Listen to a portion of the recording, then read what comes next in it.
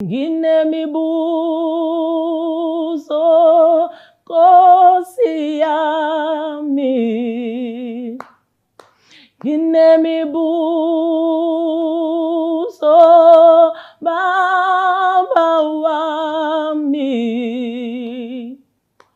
Owokuqala umbuzo, kutheni ngihlupheka kangaka Nkosi?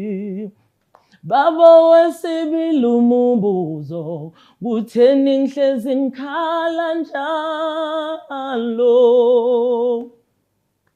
Owokuqala ukukhala, ngakhala ngishiwe ngubaba wami.